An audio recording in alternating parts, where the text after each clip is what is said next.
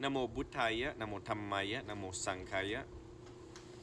Well, to all of you across the world, this is an update. I think the whole world is wondering, how is Jidao grieving the loss of his mom 3 weeks ago? And I just wanted to make this video to let you all know that I'm good. I'm good. No, truly, really, I'm good. My mom and I had a very different relationship. It's just like the 8 worldly wind that the Buddha described, of which where we had good times and then we had times where we argued. So our karma kind of what I would describe as canceling out any debts that we had to each other. She did her part as a mom, I did my part as the good son, and the accumulation of merits on both of our parts in the world, and that's what led to her favorable outcome in the manner of death that one could ask for. A hemorrhaging stroke, and that she passed away within 4 minutes. I've looked, truth be told, the second day, within that first week after the funeral, going through her belongings and stuff was tough because my mind was playing tricks on me, Mara in my mind. And so I consulted my dad and we analyzed her life in details. And it was well concluded that she had the best life one could ask for. Best life and one of the best death one could ask for. Secure in that knowledge, I was able to move on quite fairly quickly. My mind, I am actively looking for Mara if it ever creeps up on me. This is the greatest test, isn't it?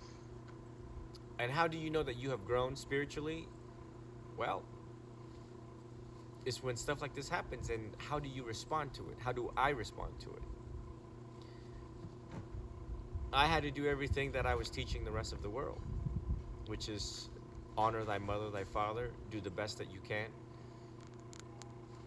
Do the best that you can with the people that you're with, resources available to you, and at the end of the day, is there any more you could have done? And I concluded there's nothing more I could have done throughout the entirety of my 36 years. Now, this video is important for those who are grieving the loss of their loved ones.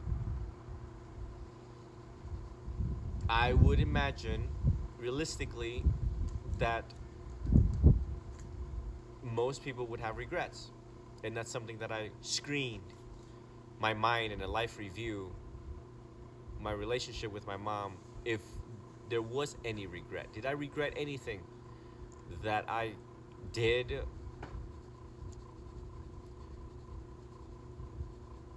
I found it to be few, a very few instances of regret. Again, using the teachings of the Buddha to guide us, both of us, as Buddhist practitioners, using the Dhamma, but at the same time recognizing that we're also human and we will respond in a human way. That includes anger. Absolutely. She lashed out in anger, I lashed out in anger. That is the honest truth. However, how long that anger lasts, or if there's any ill will attached to that anger, is none. Is none. And for that, both of us are able to move on with remainderless karmic imprints.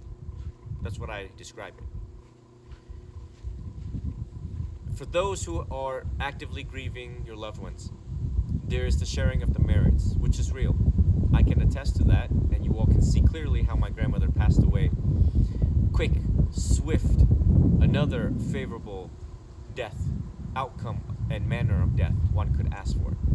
Now my mom, and both were active Buddhist devotees and practitioners in the Dhamma. So therefore, I encourage you all to practice the sharing of the merits by and through dedicating your body, speech, and mind for the benefit of other people. To visit your local monastery to make dana, to give more and take less, to support the monastic order, to support this path, and you will see how your life change and those around you change. A good life equals a good death, And that's all we all can hope for.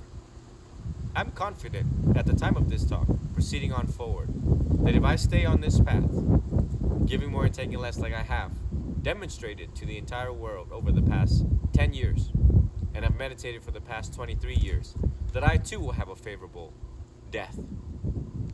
And I'll be visiting all of my students, everyone that I've ever led in the Deva realms, in the heaven of the contented. So let us reflect on our own mortality and how that can improve the quality of our life by realizing that we don't really have that time we think we have. The Buddha said that the problem is we think we have time when we in fact don't. I hope this was a profound talk for all of you who are grieving. My condolences to all of you who are actively dealing with recent losses of your loved ones and or pets, or a loss of a relationship or a breakup. All that entails a loss. Let us also reflect on the 3 marks of existence, that all things are subject to impermanence, change, and rarely are things under our control. Anatta. My blessings to all of you. May you all be well, be happy, be free, and always be healthy. Sadhu, sadhu, sadhu.